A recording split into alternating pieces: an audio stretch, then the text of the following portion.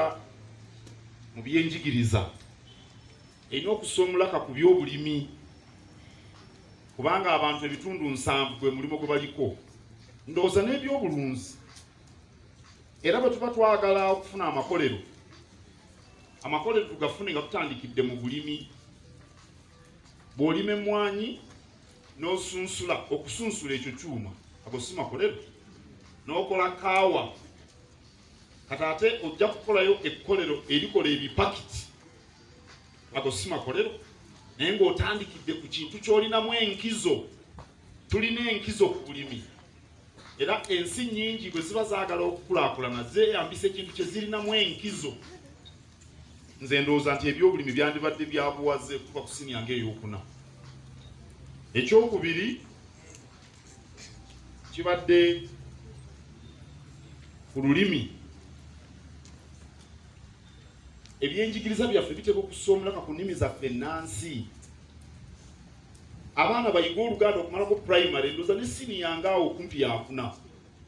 Abali mu ggulu bayiga Oluluwo, abali mu Ankole banyiga Olunyankole, oba Olunyankole oba Lunyakitala, olugatta lwonna. Bw'obanga oli Muganda ng'obeera Fort Portal olina okusoma Olunyakitala. Wali okimanyi ki?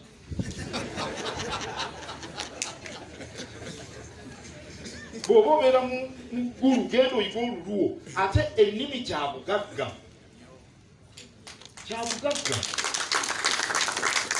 Kakati bw'omala okuyiga Oluluwo oba Olunyakitala oba Oluganda, gattako Oluswayiri.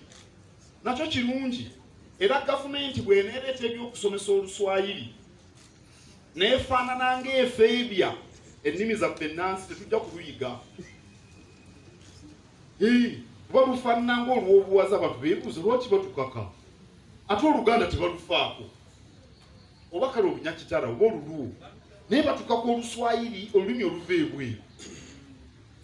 Kabiiki bwe mba mbeera ggulu n'enjiga Oluluwo bannange. Nengenda mu katale nenjogera bulungi n'abaayo, nengenda mu byalo nenyumya na kabiiki. N'obupande bwe mulaba ku nguudo abantu tebasobola kubusoma mu nnimi ezo. Abavuga emmotoka nga 8 ku 10 tebamanyi makulu ag'obupande obwo bwe mulaba obuli ku nguudo. Amakulu gaabo tebagategeera, n'obubenje bweyongedde. Bw'ogenda mu nsi, nagenda mu America, California, nga balina obupande ku nguudo buli mu Lungereza ne mu Hispaniola. Era neewuunya nnyo.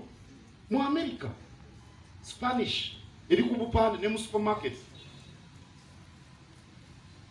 Kakati ffe ekitugaana okuteeka wano mu Buganda akapande ne bagamba genda mpola, akayiringito.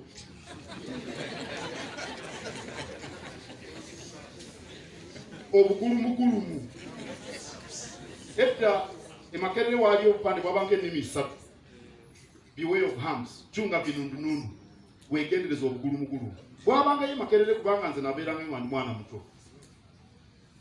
Waliyo mwannyinaze nga ngendayo. Kakati bateekayo bwa Luzungu. Abagenda bonna babitegeera. Tuyige ennimi ennansi. Tetusobola kwevumbula nga twesibye mu nnimi engwira ng'Olungereza. Abantu abasinga tebalutegeera. Ago ge mazima.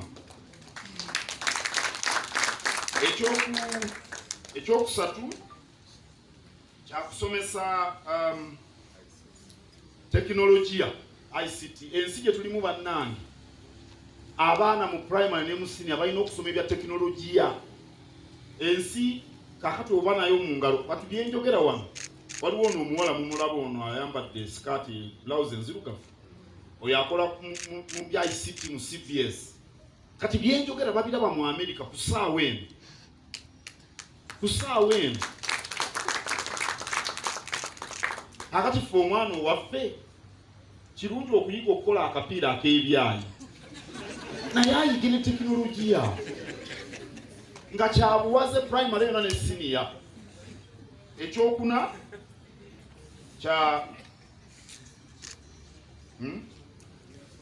ebyafaayo ebya buli kitundu. Omanyi ffe bannayuganda okwagalana tulina kusooka buli omu okutegeera ebyafaayo bye n'abyenyumiririzaamu.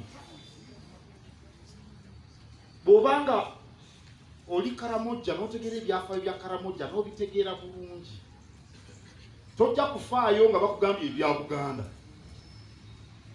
Naye omuntu abeera e Karamojja tebamusomesanko bintu bye Karamojja. Najja wano ffe tuyimba ekitiibwa kya Buganda. Nalabye oli agamba, lwaki mutwogerera Oluganda? Kati lwaki oyagala nkwogerera Olufaransa? Kubanga yennyini teyasigibwamu nsigo yakutegeera byafaayo bye. N'olwekyo yeetya. Mumanyi obugagga obuli mu byafaayo by'Abakaramojja mwali mufuddeyo. Mujjemu ojja otwala obudde ofune Omukaramojja akubuulira ebyafaayo byabwe ojja kwewuunya. Lwaki tibabibasomesa? Tusome ebyafaayo by'ebitundu wano mu Buganda bya Buganda, mu Mambuka bya Baluwo, ku sini ey'omukaaga tusome ebya Uganda, ebyabeeru tunaabisomera mu yunivasite nga tukuze. N'ekisembayo okuyigiriza abaana ebintu ebyenjawulo. Mwe baana mmwe muyige ebintu okutunga, kubajja, kufumba, mubiyige. Kubanga oyinza n'okusoma n'obeera looya naye n'okusalawo okutunga. Kisobokera ddala. Ate n'ofunamu ne weeyagala. I would like to thank you very much.